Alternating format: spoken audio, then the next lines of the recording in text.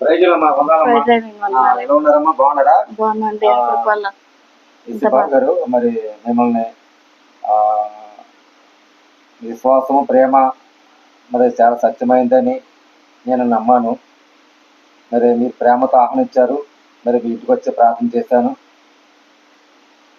యేసుక్రీస్తు ప్రభువు ఆయన ఎన్నాళ్ళ నుంచి నమ్మరు, మరి ఎన్నాళ్ళ నుంచి విశ్వాసించారు, ఎన్నాళ్ళ నుంచి ఆయన నమ్ముకొని ప్రభు సాక్షిగా మరి కొన్ని సాక్ష్యపూర్వంగా అడగాలని మీకు మరి వందనాలు తెలియజేస్తున్నాను. అలాగే మరి యేసుక్రీస్తు ఎంతవరకు మిమ్మల్ని ప్రేమించారు, ఆయన ఎంతలో ఉన్నారు మనకు చెప్పమ్మా. దేవుని నమ్మకాన్ని ఉండాలి పాస్టర్. నా జీవితంలో నేను దేవుని నమ్ముకొని ఇంచుమించుగా 25 సంవత్సరాలు అవుతుంది. దేవుని నమ్ముకొని, దేవుని పట్టుకుని నేను ఎన్ని కష్టాలు వచ్చినా, ఎన్ని ఇరుకులు ఇబ్బందులు కలిగినా సరే దేవుణ్ణి విడవలేదు. నేను ఇప్పటి వరకు దేవుణ్ణి ఆయనే పట్టుకున్నాను. ఆయనే నన్ను నడిపిస్తున్నాడు. ఆయన ఎన్నో శ్రమలు, ఎన్నో కష్టాలు, ఎన్నో ఇబ్బందులు పడ్డాను, ఆయన తెలుసు. అయితే కానీ కొన్ని కష్టాలు వచ్చినప్పుడు కూడా నేను ఆయన్ని విడవలేదు. నేను ఎందుకంటే నడిపించేవాడు ఆయనే నన్ను, అందుకని ఆయన పట్టుకుని నేను విడవలేదు. నాది గొప్ప సాక్ష్యం ఉంది. నేను అన్నిలోంచి విగ్రహాలలోంచి నేను దేవుళ్ళకి వచ్చాను. దేవుళ్ళకి వచ్చాక దేవుడు నా పట్ల నా విశ్వాసం ఎంత ఉంటుందో అని దేవుడు నన్ను పరీక్షించారు. నన్ను. నేను బాప్టిజం కూడా తీసుకున్నాను. నాది ఒక దినం అయితే తిండి లేదు నాకు. 10 రోజుల నుంచి 20 రోజుల నుంచి తిండి లేదు. తిండి లేకపోతే మా హస్బెండ్ ఎక్కడో బంగారు పని చేస్తారు ఆయన. పిల్లలు నేను అలాగే మంచిలు తాగి బతికాం. మంచిలు తాగి ఉన్నాం. ఒకరోజు పని వచ్చింది, పనికి వెళ్ళారు ఆయన. సాయంత్రం 6 అయింది. 6 అయ్యి ఇంటికి వచ్చారు ఆయన. బియ్యం అవి పట్టుకుని వచ్చారు. నేను పొయ్యి మీద పెట్టి వంట చేసి ఇలా దించగానే ఎవరో మా పక్కన ఒక పాస్టర్ గారు ఉండేవారు. మా చర్చ్ ఉండేది ఇక్కడ. అయితే మా పక్కన ఒక పాస్టర్ గారు ఉండేవారు.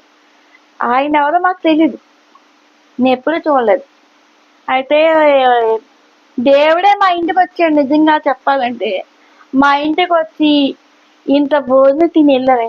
మేము ఇప్పటికీ నమ్మలేకపోతున్నాం అండి. స్వయంగా దేవుడే మమ్మల్ని ఎలాగ అన్నం కూర వండుకొని కిందకి దించుకున్నాం. ఇంకా తిందామనేసి ప్లేట్లో పెట్టుకున్నాం. అయితే తలుపు కొట్టి ఎవరండి అని మేము తలుపు తీసాం. ఇలాగే ఒకే గది మాది. ఒకే గది అయితే తలుపు కొట్టారు. ఎవరండి అంటే, అమ్మ అబ్బడం పాస్టర్ గారు ఎక్కడుంటారమ్మా అన్నారు. అంటే ఆయన చొల్లగిలో ఉంటారండి, ఆయన చర్చి ఎక్కడ అమ్మ అన్నారు. మా పక్కనే అండి, ఇక్కడండి అనేసి ఆయన చెప్పాను. చెప్తే, అమ్మ మీరు ఇప్పుడేనా వంట చేసుకున్నారు ఇప్పుడే కదమ్మా.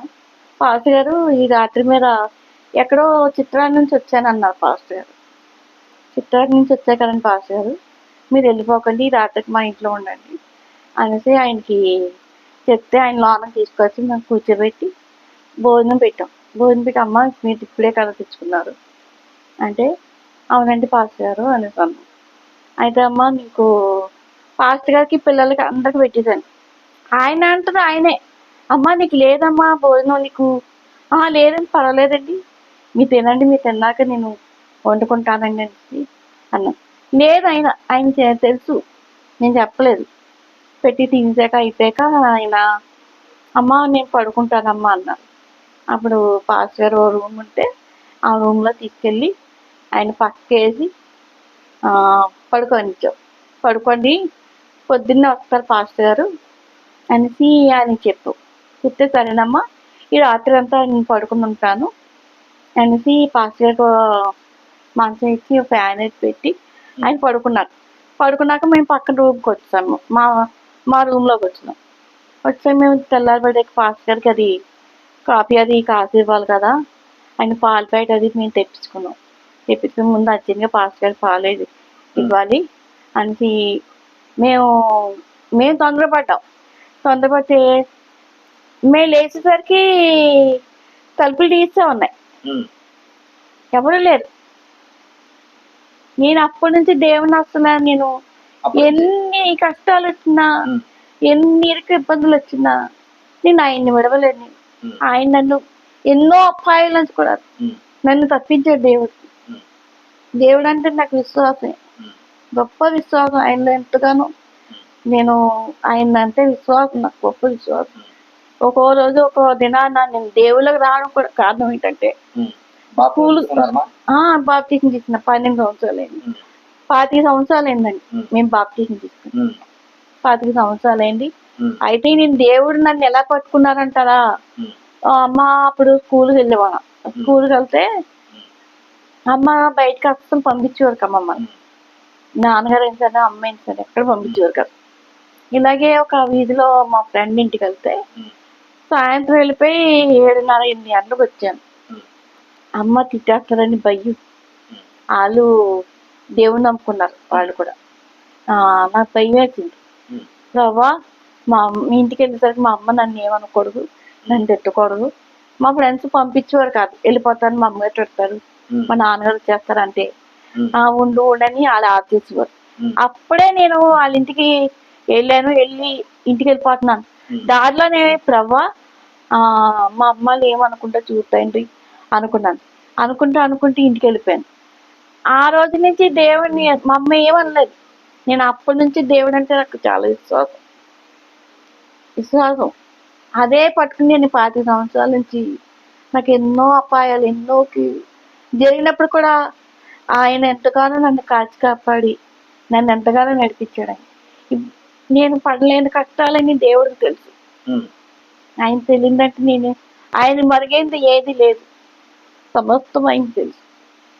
నా పిల్లలు కూడా అందరూ ముక్కు మీద వేలేసుకున్నారు. ఎందుకు పక్కన ఉన్న మేము భోజనం వండుకోలేదని కూడా వాళ్ళకి తెలియదు.